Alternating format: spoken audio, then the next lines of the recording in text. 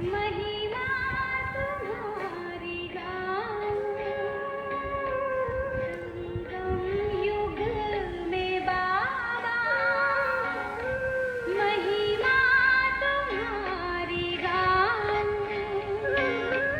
तूने बनाया जीवन, कैसे भला भुलाऊं, संगम युग में बाबा, महिमा तुम्हारी गाऊं।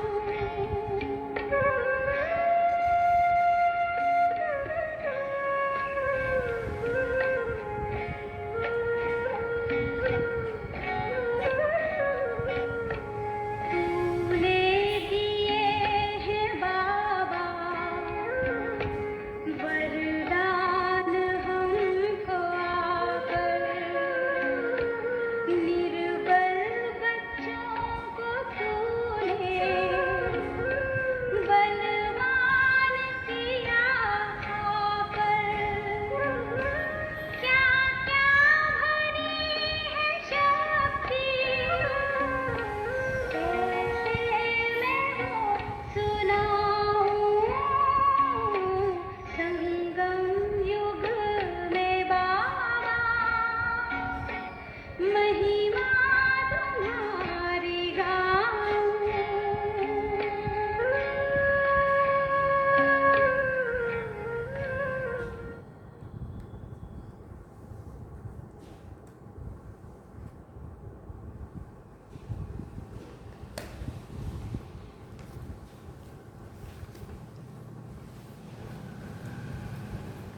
ओम शांति। Good morning. आज 24 अगस्त 2024 के बाबा के मधुर महावाक्य। बाबा कहते, मीठे बच्चे, बाप ने तुम्हें संगम पर जो स्मृतियाँ दिलाई है उसका सिमरण करो तो सदा हर्षित रहेंगे। प्रश्न है, सदा हल्के रहने की युक्ति क्या है? किस साधन को अपनाओ तो खुशी में रह सकेंगे? उत्तर है, सदा हल्का रहने के लिए इस जन्म में जो जो पाप हुए हैं वह सब अविनाशी सर्जन के आगे रखो। बाकी जन्म जन्मांतर के पाप जो सिर पर है उसके लिए याद की यात्रा में रहो। याद से ही पाप कटेंगे, फिर खुशी भी रहेगी। बाप की याद से आत्मा सतोप्रधान बन जाएगी। ओम शांति। मीठे मीठे रूहानी बच्चों को रूहानी बाप समझाते हैं, तुमको स्मृति आई है कि हम आदि सनातन देवी देवता धर्म के थे। हम राज्य करते थे, हम बरोबर विश्व के मालिक थे। उस समय दूसरा कोई धर्म नहीं था। हमने ही सतयुग से लेकर जन्म लेते 84 का चक्कर पूरा किया। सारे झाड़ की स्मृति आई है। हम देवता थे, फिर रावण राज्य में आ गए तो देवी देवता कहलाने के लायक न रहे, इसीलिए धर्म ही दूसरा समझ लिया।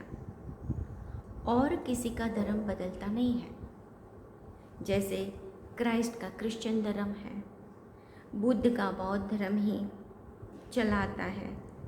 सबकी बुद्धि में है बुद्ध ने फलाने टाइम धर्म स्थापन किया। हिंदुओं को अपने धर्म का पता ही नहीं कि हमारा हिंदू धर्म कब से शुरू हुआ, किसने बनाया। लाखों वर्ष कह देते हैं। सारे सृष्टि चक्र का नॉलेज तुम बच्चों को है। इसी को कहते हैं ज्ञान विज्ञान। फिर उन्होंने विज्ञान भवन नाम पर रखा है, परंतु बाप उसका अर्थ समझाते हैं। ज्ञान और योग, रचता और रचना के आदि मध्य अंत का ज्ञान अभी तुम समझते हो। अभी तुम समझते हो, हम भी नहीं जानते थे, नास्तिक थे। सतयुग में तो यह ज्ञान नहीं होता। अभी तुमको टीचर ने पढ़ाया है, पढ़कर तुमको राज्य भाग्य मिलता है, क्योंकि तुमको रहने के लिए नई सृष्टि चाहिए ना। इस पुरानी सृष्टि में तो देवी देवताएं पैर रख न सके। बाप आकर तुम्हारे लिए पुरानी दुनिया का विनाश कर नई दुनिया स्थापन करते हैं। हमारे लिए विनाश जरूर होना है।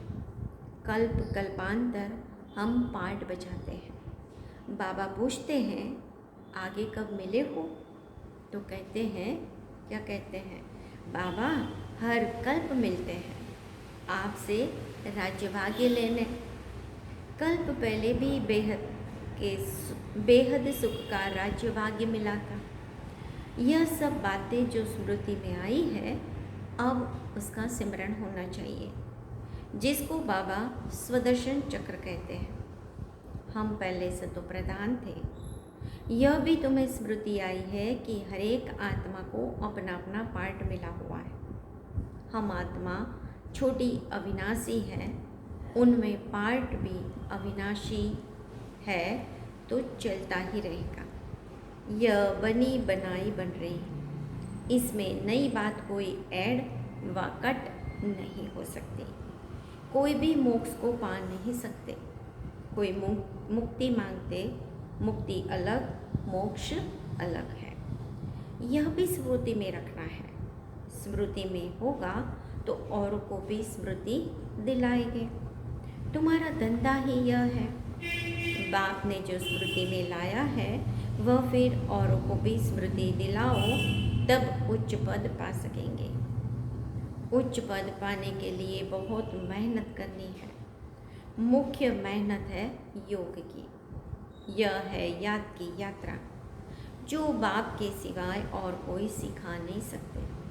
अभी तुम मनुष्य से देवता बनने की पढ़ाई पढ़ते हो। तुम जानते हो कि हम फिर से नई दुनिया में जाएंगे। उसका नाम ही है अमरलोक। यह है मृत्यु लोक। यहाँ तो अचानक बैठे बैठे मौत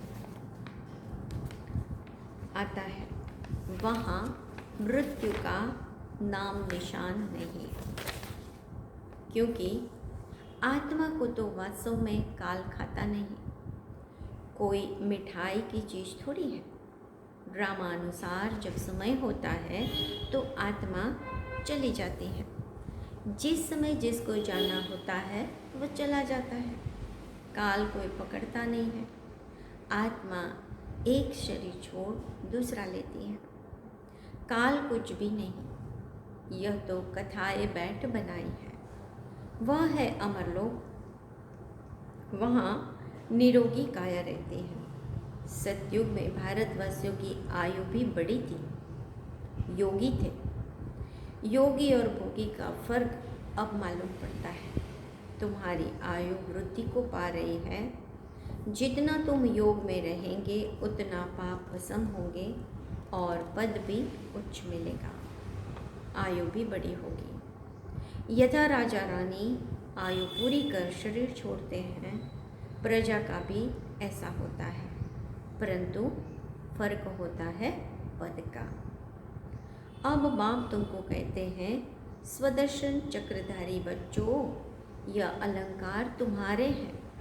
गृहस्थ व्यवहार में रहते कमल फूल समान रहते हो, सिवाय तुम्हारे और कोई रह न सके। यह भी स्मृति आई है कि इस जन्म में हमने कितने पाप किए हैं। इसीलिए बाबा कहते हैं, वह सब अविनाशी सर्जन के आगे रखो तो हल्के हो जाएंगे।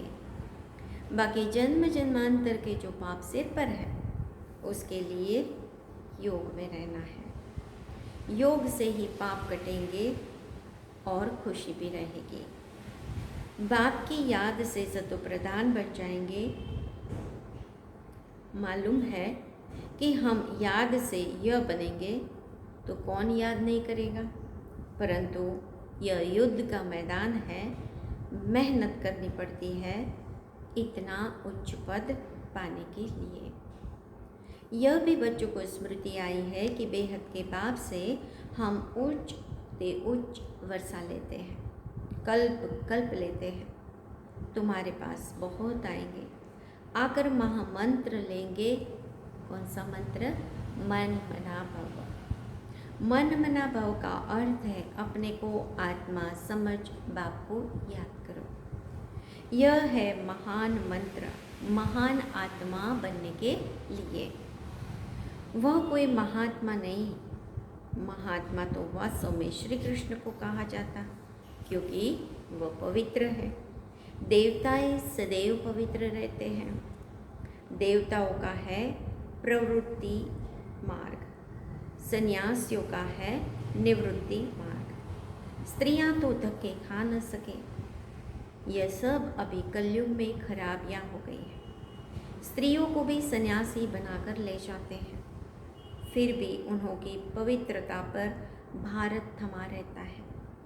जैसे पुराने मकान को पोची आदि लगाई जाती है तो जैसे नया बन जाता है, यह सन्यासी भी पोची दे कुछ बचाव करते हैं। परंतु बाप कहते हैं वह धर्म ही अलग है, पवित्र बनते हैं।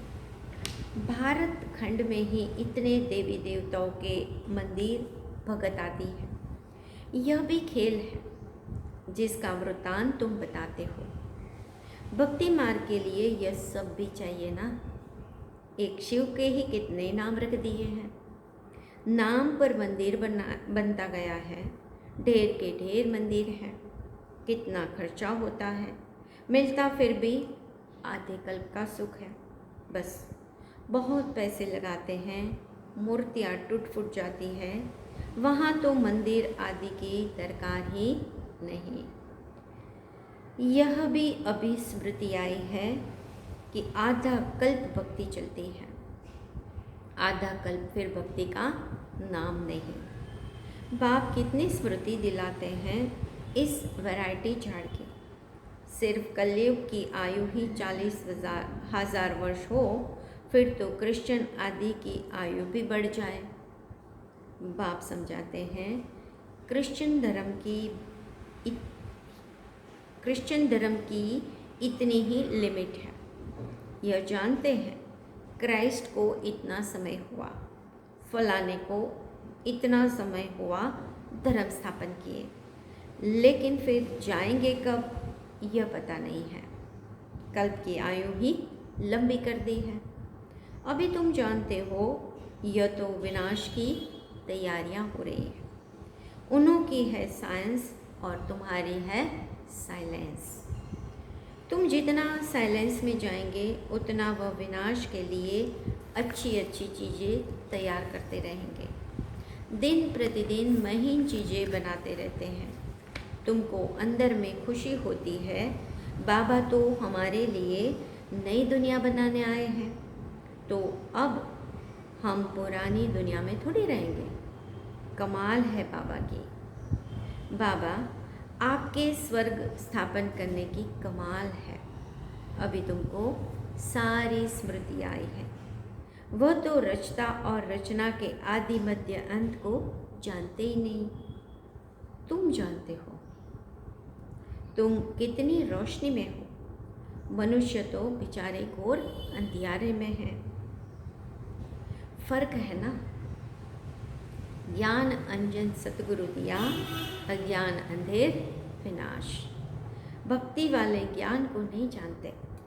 अभी तुम भक्ति को भी जानते हो और ज्ञान को भी जानते हो। सारी स्मृति आ गई है कि भक्ति कब शुरू होती है, फिर कब पूरी होती है, बाप कब ज्ञान देते हैं, पूरा वो ज्ञान कब होगा। सारी स्मृति आई है। नंबरवार तो है ही। किसको बहुत स्मृति है, किसी को कम। जिन्हों को बहुत स्मृति रहती है वह उच्च पद पाएंगे। स्मृति रहे तब औरों को भी समझाए। वंडरफुल स्मृति है ना। आगे तुम्हारी बुद्धि में क्या था? भक्ति, जप, तप, तीर्थ करना, माथा टेकना, सारी टिप्पणी घिस गई है। भक्ति की स्मृति और ज्ञान में कितना फर्क है। अभी तुम भक्ति को जानते हो क्योंकि शुरू से भक्ति की। जानते हो, हमने पहले पहले शिव की भक्ति की, फिर देवताओं की, और कोई को भी यह स्मृति नहीं है। तुमको रचना के आदि मध्य अंत भक्ति आदि की सब स्मृति है। आधा कल्प भक्ति करते करते गिरते ही आए हो। अभी तो दुख के पहाड़ गिरने हैं। तुम बच्चों को पुरुषार्थ करना है। यह गिरने से पहले हम याद की यात्रा से हमारे विकर्म को विनाश करें। सबको तुम यही समझाते हो। तुम्हारे पास हजारों आते हैं। तुम मेहनत करते हो भाई बहनों को रास्ता बताने की। ज्ञान और भक्ति की स्मृति आई है। गोया तुम सारे ड्रामा को नंबरवार पुरुषार्थ अनुसार जान गए हो। जो जितना अच्छी रीति जानते हैं वह समझा भी सकते हैं। समझाना तो बच्चों को ही है। गायन भी है ना, कौन सा गायन? सन सोस फादर। बाप बच्चों को समझाएंगे, बच्चे फिर भाइयों को समझाएंगे। आत्माओं को समझाते हो ना। भक्ति से यह ज्ञान बिल्कुल न्यारा है। गायन भी है ना, एक भगवान आकर सब भक्तों को भक्ति का फल देते हैं। एक बाप के सब बच्चे हैं। बाप कहते हैं मैं सब बच्चों को शांति धाम सुख धाम में ले जाता हूँ। कल्प कल्प का यह ज्ञान भी तुमको अभी है, वहाँ नहीं होगा। तुम पतित बनते हो तो पावन बनने के लिए बाप तुम पर कितनी मेहनत करते हैं। इसीलिए गायन है, कुर्बान जाओ वारी जाओ। किस पर? बाप पर। फिर बाप मिसाल देते हैं, यह कुर्बान कैसे गया। फॉलो इस सिंपल को करो। यही फिर लक्ष्मी नारायण बनते हैं। अगर इतना उच्च पद पाना है तो ऐसे कुर्बान जाना है। साहूकार कभी कुर्बान न हो सके, यहाँ तो स्वाहा करना पड़े। साहूकार को स्मृति जरूर आएगी। गायन भी है ना, अंत काल जो स्त्री से मरे। इतने सब पैसे क्या करेंगे? कोई लेगा ही नहीं, क्योंकि सब खत्म हो जाने हैं। कोई भी लेकर, मैं भी लेकर क्या करूँगा? हाँ, बाबा कहते मैं भी लेकर क्या करूँगा? शरीर सहित सब कुछ खत्म हो जाना है। आप मुँहे मर गई दुनिया। यह धन आदि कुछ भी नहीं रहेगा। बाकी गरुड़ पुराण आदि में तो रोचक बातें डाल दी है डराने के लिए। बाप कहते हैं यह शास्त्र आदि है भक्ति मार्ग के।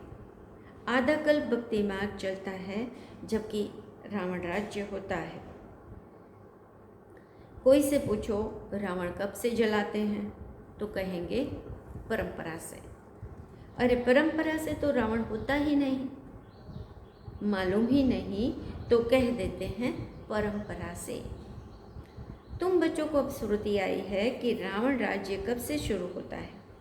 रचना का राज भी तुम समझते हो। अब बाप कहते हैं, क्या कहते हैं बाबा? हे बच्चे, मामेकम याद करो तो पाप कटे। एक दो को यही सावधानी देते रहो। घूमने फिरने आपस में जाओ तो भी यह बातें करो। सारा झुंड तुम्हारा इस याद की यात्रा में चक्कर लगाए तो तुम्हारे शांति का प्रभाव बहुत बढ़ेगा। पादरी लोग भी बहुत साइलेंस में जाते हैं क्राइस्ट की याद में, कोई तरफ देखते भी नहीं है। तुम तो यहाँ बहुत याद में रह सकते हो। बहुत अच्छा वायुमंडल है। बाहर में बहुत छी विकारी वायुमंडल होता है। इसीलिए सन्यासियों के आश्रम में भी बहुत दूर दूर होते हैं। तुम्हारा तो है ही ये बेहद का सन्यास। पुरानी दुनिया अब गई की गई। यह कब्रिस्तान है, फिर होना है परिस्तान। वहाँ हीरे जवाहरातों के महल बनेंगे। यह लक्ष्मी नारायण परिस्तान के मालिक थे ना, अब नहीं है। बाप कहते हैं मैं कल्प कल्प कल्प के संगम युगे आता हूँ, यह सारा चक्र रिपीट होता ही रहता है। इस समय तुमको सब स्मृति आई है, जबकि स्मृति किसने दिलाई? बाप ने। आगे कुछ भी बुद्धि में नहीं था। इस स्मृति के नशे में जब रहेंगे तो किसी को उस खुशी से समझा भी सकेंगे। स्मृति में रहते तुम्हें घर बार संभालना है। अच्छा, सदा स्मृति के नशे में रहने वाले मीठे मीठे रूहानी बच्चों प्रति माता पिता बाप दादा का याद प्यार और गुड मॉर्निंग। रूहानी बाप की रूहानी बच्चों को नमस्ते, और हम रूहानी बच्चों की रूहानी बाप दादा को दिल व जान से सिक व प्यार से याद प्यार गुड मॉर्निंग और नमस्ते। फिर धारणा के लिए मुख्य सार है, ड्रामा के आदि मध्य अंत को अच्छी तरह समझ, स्मृति में रख, दूसरों को भी स्मृति दिलानी है। ज्ञान अंजन देकर अज्ञान अंधेरे को दूर करना है। ब्रह्मा बाप समान कुर्बान जाने में पूरा फॉलो करना है। शरीर सहित सब खलास हो जाना है।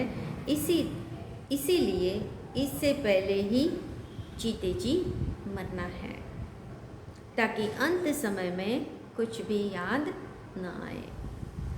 वरदान है, विशेषता के संस्कार को नेचुरल नेचर बनाए, साधारणता को समाप्त करने वाले मर्जीवा भव।